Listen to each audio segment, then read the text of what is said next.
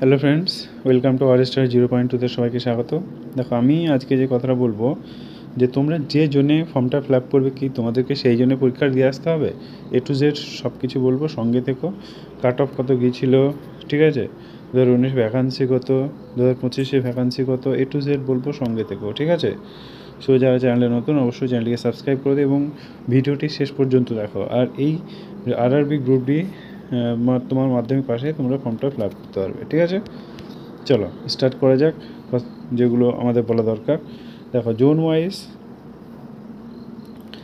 Zone দেখে নাও। 2019-এ vacancy cut off দেখে নেবা, আর 2025-এর ভ্যাকান্সি কত। ওকে, গোরক্ষপুর দেখো, এখানে 4002টি ভ্যাকান্সি, ঠিক আছে। কাট অফ ছিল 69, আর এখানে 2025 ভ্যাকান্সি 1370। এখানে তোমরা রেড জোনই বলতে পারো, ঠিক আছে। ইস্ট কলকাতা দেখো, এখানে আমি একটা কথা বলি তোমাদেরকে মিডিলে, তোমরা সত্য কিভাবে পাবে, ঠিক আছে। সত্য কিভাবে পাবে তার একটা স্ট্র্যাটেজি আমি বলে দিয়েছি। তোমরা স্ট্র্যাটেজি যদি ধরে চলতে পারো, আমি বলবো সত্য তোমরা ইজিলি পাবে, ঠিক আছে।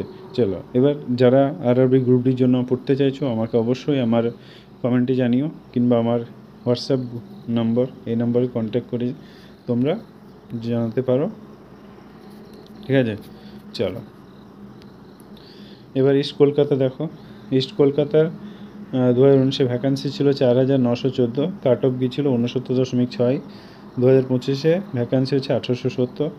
এবার দেখো আমেদাবাদের 2019-এ ভ্যাকান্সি ছিল 10,734, কাট অফ 62.67। এখন ভ্যাকান্সি হচ্ছে 4,672। সো এখানে তোমরা একটা গ্রিন জোন বা এখানে সেফ জোন বলতে পারো, এটাকে তোমরা ধরে চলতে পারো, কারণ এখানে কাট অফ অনেক কম গায়ে যায়। আজমির দেখো, 5,249টি ভ্যাকান্সি ছিল 2019-এ, কাট অফ 68.32 গিয়েছিল। এখন ভ্যাকান্সি হচ্ছে 1433টি। এটা একদম রেড জোন বলতে পারো।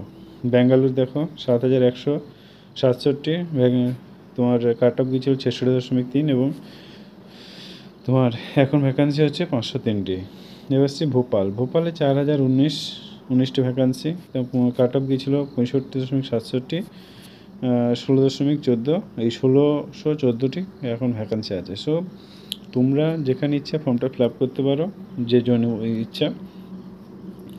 আমি তো বলার, আমার ইচ্ছা, আমার যেগুলো মনে হয় সেগুলো আমি বলছি, তোমার ইচ্ছায় নিল, তোমার ইচ্ছায় তুমি ফর্মটা এই জন চুজ করতে পারো, ঠিক আছে। তবে যে জন চুজ করবে সেই জন্যেই তোমাদের এক্সাম দিতে হবে, এটা কোনো মানে নেই। তোমাদের কলকাতার জন্যই তোমরা ফর্ম পরীক্ষায় দিতে পারবে। তারপরে দেখো আজমির 5,249টি ভ্যাকান্সি ছিল, আর 8.32 কাট অফ গিয়েছিলো, আর এখন ভ্যাকান্সি আছে 1433।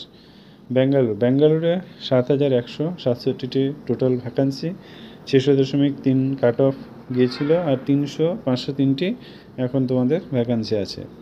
এবার ভোপালে 4,019টি, 65.67 কাট অফ গিয়েছিল, এখন 1614, এটা রেড জোন বলতে পারো। চেন্নাই দেখো, 9,579, এটা একটা তোমরা ফর্মটা ফিল আপ করতে পারো, চেন্নাই কাট অফ কমই যায়। সাউথ কলকাতা, এখানে 10,873টি ভ্যাকান্সি ছিল, 70+ কাট অফ গিয়েছিলো, এটা রেড জোন বলতে পারো, কারণ কলকাতাতে স্যালারি বেশি, কলকাতার তাড়াতাড়ি প্রমোশন হয়, এই জন্যই সবাই ফর্মটা ফিল আপ করে। এবার হচ্ছে মুম্বাই হচ্ছে 9,345 ভ্যাকান্সি ছিল, 64.76 কাট অফ গিয়েছিলো, এবার ভ্যাকান্সি হচ্ছে 3,244টি। ওকে, পাটনা দেখো, 3,363টি ভ্যাকান্সি ছিল, কাট অফ সবসময়তে হাই যায় পাটনা, ঠিক আছে।